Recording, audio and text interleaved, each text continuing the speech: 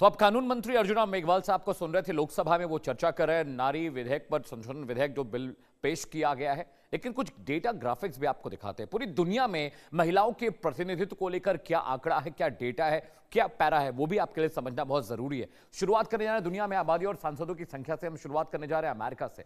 जी हाँ, अमेरिका का सबसे पहले आपको डेटा हम दिखाएंगे। अमेरिका में जो आंकड़े हैं, कनाडा में जो आंकड़े हैं, यूके में जो आंकड़े हैं, उनके बारे में आपको हम बता रहे हैं। सबसे पहले हम आपको बताएंगे अमेरिका के आंकड़े। PCR please play from initial, शुरू से आप रखिए। भारत में करीब 142 करोड़ आबादी में 543 सांसद हैं, 26 महिलाएं हैं। जी हां, अमेरिका में करीब करीब 7.5% महिलाओं का प्रतिनिधित्व है। यूके की बात करें तो प्रति सांसद 1 लाख आबादी वहां पर है और करीब 650 सांसद हैं। प्रति सांसद आबादी की बात करें तो करीब 1.2 है। कनाडा की बात करें, ऑस्ट्रेलिया में जो प्रति सांसद आबादी है वो 1,70,000 रुपए है, 70,000 माफ कीजिएगा।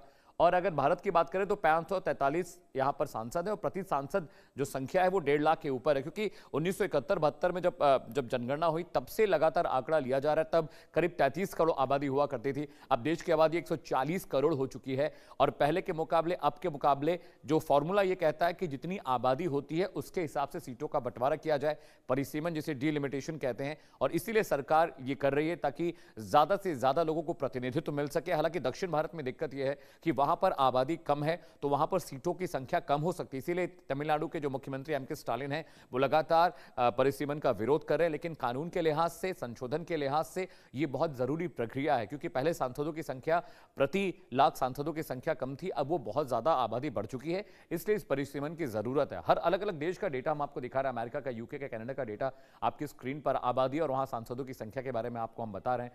वहां पर देखिए, प्रति सांसद आबादी 1,20,000 है कनाडा में। उसके बाद ऑस्ट्रेलिया में 1,70,000 है। प्रति सांसद की आबादी बता रहा हूं जिसके हिसाब से वहां पर परिसीमन हुआ है। भारत में ये करीब 26 लाख है, प्रति सांसद 26 लाख, जो फिलहाल जो जनगणना हुई है उसके हिसाब से, जो 71-72 में हुई है।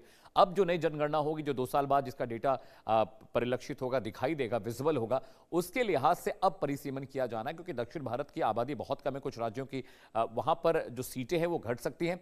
जिन राज्यों में आबादी ज्यादा, वहां पर लोकसभा, राज्यसभा और विधानसभाओं की सीटें बढ़ सकती हैं। यानी यूपी में जो 80 लोकसभा सीटें थी वो बढ़कर 120-130 तक पहुंच सकती हैं। दक्षिण भारत के बहुत सारे राज्य हैं जहां पर सीटें ज्यादा थी, अब वो सीटें कम हो सकती हैं। जम्मू कश्मीर की बात करें, हिमाचल प्रदेश की बात करें, लेह लद्दाख की बात करें, तो जहां पर आबादी कम है वहां पर जो संख्या है सीटों की घट सकती है और इसे लेकर सारा बवाल मचा हुआ है। हालांकि महिला आरक्षण संशोधन विधेयक को लेकर वोटिंग हो चुकी है। 362 टोटल वोट चाहिए इसको सदन में पास कराने के लिए, लेकिन उतने वोट अभी नहीं पड़े हैं। अखिलेश यादव भी लगातार इस बात का विरोध कर रहे हैं। असदुद्दीन ओवैसी जो एआईएमआईएम के अध्यक्ष हैं और सांसद हैं, वो ही कह रहे हैं कि नहीं, इस तरह से जो आरक्षण जबरन लागू किया जा रहा है, सरकार की मंशा, राजनीतिक मंशा इसके पीछे है, महिलाओं का भला नहीं है। अखिलेश यादव कह रहे हैं कि जो मुस्लिम महिलाएं हैं उन्हें भी आरक्षण मिलना चाहिए। किरण रिजिजू अभी कुछ देर पहले वो खड़े हुए सदन में चर्चा को लेकर वो पूछ रहे थे कितने घंटे चर्चा होनी चाहिए, तो लोकसभा में करीब 10 से 12 घंटा चर्चा का प्रस्ताव अभी आया है। दुनिया में लैंगिक वेतन अंतर कितना वो आपको हम बता देते हैं। भारत में करीब 19 से 25% का अंतर है, अमेरिका में 16% का है। लैंगिक वेतन का अंतर यानी पुरुष और महिलाओं के मुकाबले सैलरी में कितना डिफरेंस है वो मैं आपको समझा रहा हूं। यूके में ये करीब 15% का डिफरेंस होता है, मेल फीमेल जो वर्कर्स हैं। कनाडा में ये 13% है। यानी वेतन का अंतर, महिलाओं के मुकाबले पुरुषों का कितना वेतन है वो, उसका आपको हम परसेंटाइल यहां समझाने और बताने की कोशिश कर रहे हैं। यानी महिला पुरुषों के बीच सैलरी का अंतर 15% है कनाडा में। भारत में ये जो अंतर बहुत ज्यादा है, 19 से 25% है। यानी महिलाओं और पुरुषों के बीच के वेतन की अगर तुलना करें तो पुरुषों को वेतन यहां पर ज्यादा मिलता है। कनाडा में यह अंतर सिर्फ 15% का है। जी हां, देश में कामकाजी महिलाएं कितनी हैं वो बता देते हैं। आईएएस और आईपीएस की बात करें तो पहले 13% थी, जो अब बढ़कर 25% हो चुकी पुरुषों के मुकाबले। डेटा मैं आपको बता रहा हूं। जजेस 2% है थे, अब ये बढ़कर 13 हो चुकी हैं। सेना में जो महिलाओं का प्रतिनिधित्व था पुरुषों के मुकाबले 1% था, जो बढ़कर अब 4% हो गया। यानी भारत में भी महिलाओं को प्रतिनिधित्व मिल रहा है। स्टार्टअप फाउंडर्स की बात करें तो पहले पुरुषों के मुकाबले वो 0 हुआ करते थे, अब वो 18% हो चुकी हैं। कंपनियों में डायरेक्टर पद पर जो महिलाएं हुआ करती थी, पहले वो 5% होती थी टोटल मैन वर्कर्स की, लेकिन अब वो 18% हो चुकी हैं। संपत्ति की मालिकाना हक की बात करें तो पहले 10% हुआ करता था, लेकिन अब जागरूकता बढ़ी है। बेटियों का भी, परिवार पिता के प्रॉपर्टी में बेटियों का भी हिस्सा है और बेटियां हक से उसे ले भी रही, इसलिए आंकड़ा बढ़कर 25% हो चुका है। कामकाजी जो महिलाएं हैं उनका डेटा आपको बता रहे हैं। देश में कामकाजी महिलाएं कौन कौन सी हैं? लखपति दीदी की बात करें तो 1 करोड़ से ज्यादा लखपति दीदी है। प्रधानमंत्री नरेंद्र मोदी ने योजना इसकी शुरुआत की थी, जिसका फायदा तमाम ग्रामीण महिलाएं भी ले रही हैं, शहरों में अर्बन इलाकों में रहने वाली महिलाएं भी ले रही हैं। और लखपति दीदी का जो आंकड़ा 1 करोड़ से ज्यादा हो चुका है, जिसमें सरकार महिलाओं को लोन देती है अपने बिजनेस को करने के लिए। 33% महिला आरक्षण अब तक था। 1996 में पहली बार इसका प्रस्ताव आया। 2023 में संसद में 33% आरक्षण पास भी हुआ जब प्रधानमंत्री नरेंद्र मोदी की सरकार आई। 2026 में लोकसभा की सीटें 543 से बढ़कर करीब करीब 816 से लेकर 850 हो सकती है महिलाओं के लिए। अब ये संख्या 272 हो जाएगी। मैं आपको बताऊं, अटल बिहारी वाजपेयी की जब सरकार थी तो 4 मरतबा उन्होंने सदन में इस बिल को पेश करने की कोशिश की, महिला आरक्षण विधेयक को पेश करने की कोशिश की गई, लेकिन विपक्ष का सपोर्ट नहीं मिला और कई बार ये बिल गिरा दिया गया। कभी कभी राज्यसभा में इसे पेश किया गया, लेकिन लोकसभा में पेश नहीं हुआ तो ये लैप्स हो गया। इसलिए अब इस पर पुरजोर तरीके से सरकार स्पेशल सेशन लेकर आई। बजट सेशन के बाद 3 दिनों की ये चर्चा होगी। राज्यसभा लोकसभा दोनों में वोटिंग होगी, दोनों में चर्चा कराने की मांग है। अर्जुन राम मेघवाल जो कानून मंत्री हैं वो इसके फायदे और नुकसान समझाने की कोशिश कर रहे हैं। साथ ही साथ ये भी उन्होंने कहा, किरण रिजिजू ने कहा कि महिला आरक्षण विधेयक, संशोधन विधेयक पर जो विपक्ष है वो लोगों को बरगला रहा है। वो कह रहे हैं कि महिलाओं को ज्यादा प्रतिनिधित्व मिलने से कम 543 जो अभी लोकसभा सीटें हैं वो बढ़कर 850 हो जाएंगी। महिलाओं को ज्यादा यानी 14% अभी महिलाओं को प्रतिनिधित्व मिलता है भारतीय राजनीति में, जो बढ़कर करीब करीब 33-34% हो जाएगा। तो समझिए कि 272 जो सीटें हैं वो महिलाओं के लिए संसद में भी आरक्षित होंगी, लोकसभा, राज्यसभा, विधानसभा। और ये वक्त वक्त पर बदलता रहेगा, यानी 29 के बाद 34 के बाद जो अगला लोकसभा चुनाव आएगा, 3 रेजिम के लिए ये अभी नंबर्स तय किए जाएंगे, उसके बाद ये नंबर्स चेंज होते रहेंगे।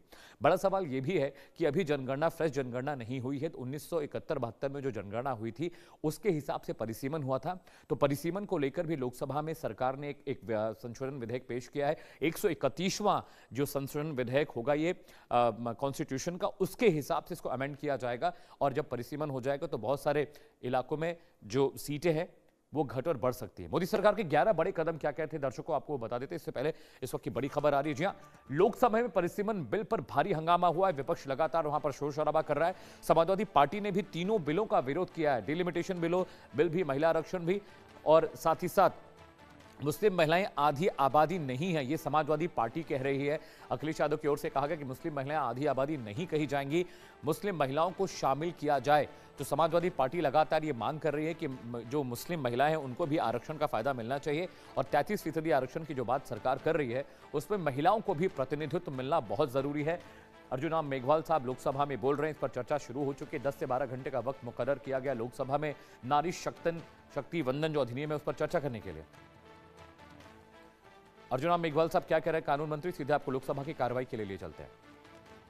जो समाज को आगे बढ़ाती है। अध्यक्ष महोदय, मैं बड़े ही विनम्र भाव के साथ और गर्व के साथ ये कहना चाहूंगा कि वैदिक काल से हमारी आधुनिक काल तक जब जब मातृशक्ति को नेतृत्व करने का अवसर मिला है तब तक उन्होंने अपनी प्रतिभा, योग्यता और क्षमता से अपना आप को सिद्ध किया है। वैदिक काल में यदि हम देखें तो गार्गी, मैत्रेय, घोषा, अपाला, लोकपुत्रा जैसी अनेक विदुषी महिलाओं का जिक्र मिलता है। कालांतर में हमें ऐसी अनेक महिलाओं का भी जिक्र मिलता है जिन्होंने शासक के रूप में अपनी प्रतिभा का परिचय दिया। रानी नागनिका, कश्मीर की रानी दिद्या और रानी रुद्रमा देवी, रानी दुर्गावती और रानी लक्ष्मीबाई और रानी अहिल्याबाई होलकर जैसी अनेक ऐसी रानियों का उल्लेख मिलता है। सामाजिक सुधार की दृष्टि से देखें तो सावित्रीबाई फूले, रमाबाई जैसी महिलाओं का उल्लेख मिलता है जिन्होंने महिला शिक्षा के क्षेत्र में महत्वपूर्ण भूमिका निभाई।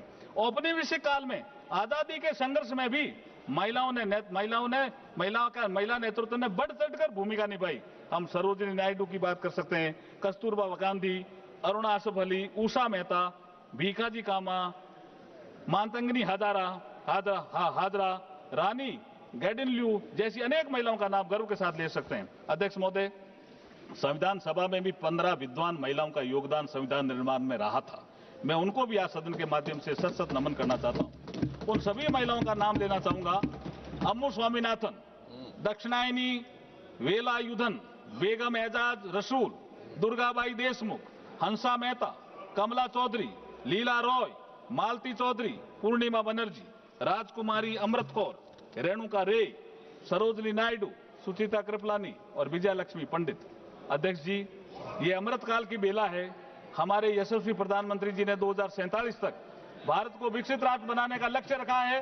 2047 में जब भारत की आजादी के 100 वर्ष पूरे होने पर विकसित भारत का उत्सव मनाया जाएगा तब उसमें महिलाओं की भूमिका अग्रणी रहने वाली है।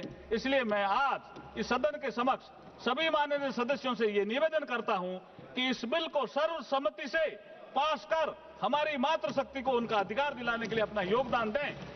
अध्यक्ष महोदय, भारत के संविधान की प्रस्तावना में जो पहला शब्द we the people of India अर्थात हम भारत के लोग को कोट करते हुए उनको कहना चाहता हूं, सबको, आपको, हम भारत के लोग, क्योंकि भारत के लोगों ने हमें यहां चुन करके भेजा है।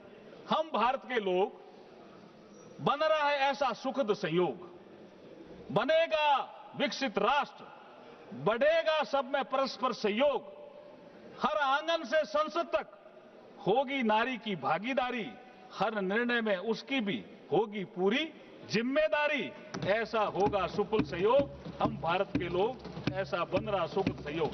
आइए हम सब मिलकर दलों से ऊपर उठकर मातृशक्ति को सम्मान देने वाली नारी शक्ति को उसका अधिकार देने वाले इन बिलों का सर्वसम्मति से समर्थन करें और नारी शक्ति को समृद्ध बनाएं। लास्ट में अध्यक्ष जी, अंत में मैं अपनी कुछ पंक्तियां, मेरी भी कुछ पंक्तियां रहती है, मेरी अपनी कुछ पंक्तियों के माध्यम से नारी शक्ति के प्रति, हाँ, मैं लेखक भी हूं सर। मैंने किताब तो मेरी पत्नी पे ही लिखी है ना, एक सफर हम सफर के साथ। लेखक मैं हूं, सब्जेक्ट मेरी पत्नी है, तो मैं कवि भी हूं। तो नारी शक्ति के प्रति अपनी भावना व्यक्त करते हुए अपनी वाणी को विराम दूंगा। लेकिन भावना क्या है, ये बहुत शानदार है सर। हमारी आन है नारी और हमारी शान है नारी, विकसित हो रहे भारत की ये पहचान है नारी, अमृतकाल का उत्सव है, शक्ति समान का उत्सव है, पूरा विश्व देखेगा आज नारी उत्थान का उत्सव। निर्णय की प्रक्रिया में बनेगी अब ये सहभागी, बहुत लंबी तपस्या से अब ये आशा जागी। इन्हें आकाश सुने दो, इन्हें आकाश सुने दो, ना इनकी राहों को रोको, बुलाओ इनको संसद में, महक उठे फुलवारी। आज हमारी आन है नारी, हमारी शान है नारी, विकसित हो रहे भारत की पहचान है नारी। अध्यक्ष जी, बहुत बहुत धन्यवाद, आपने बोलने का अवसर दिया, बहुत बहुत आभार, धन्यवाद। आप टोको और करते इस वक्त की बड़ी खबर का